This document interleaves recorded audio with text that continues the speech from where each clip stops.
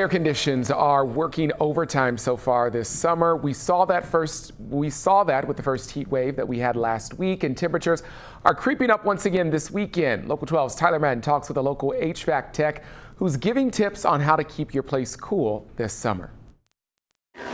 This is the busiest season in the last 3 years. For Chris Cox and the crew at Al's Comfort Technology, the rush started last week.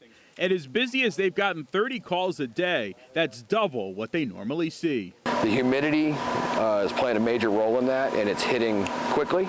And most seasons it kind of eases its way in.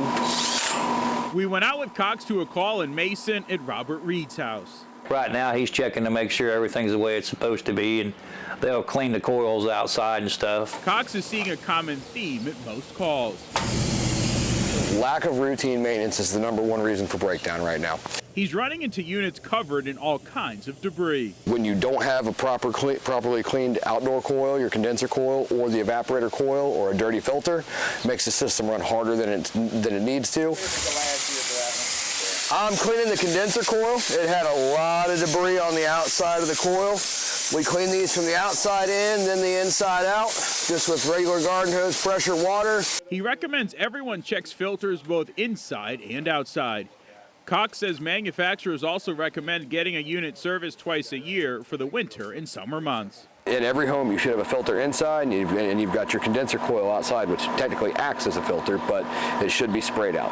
If you're going to adjust the thermostat, don't move it more than a few degrees. You don't want to bounce your temperature. A lot of people have programmable thermostats, no more than 3 or 4 degrees a day. It's okay to increase it a little if you're leaving for work, but too much will overwork the system. There's a fine line between being energy efficient and helping your equipment versus making it struggle harder than it needs to. And of course, doing things like closing windows and keeping doors shut will help. When you're taking a shower, make sure you turn that exhaust fan on. If you're doing dishes, make sure if you have a way to have an exhaust fan there. If you don't maintain your equipment will schedule it for you. In Mason, Tyler Madden, Local 12 News. Advice is always there. Cox says if your machine is constantly running and not keeping your place cool, that's when it may be time to call in an expert. You can always get local stories right here on YouTube, but go ahead and hit that subscribe button to get notifications to stay in the know.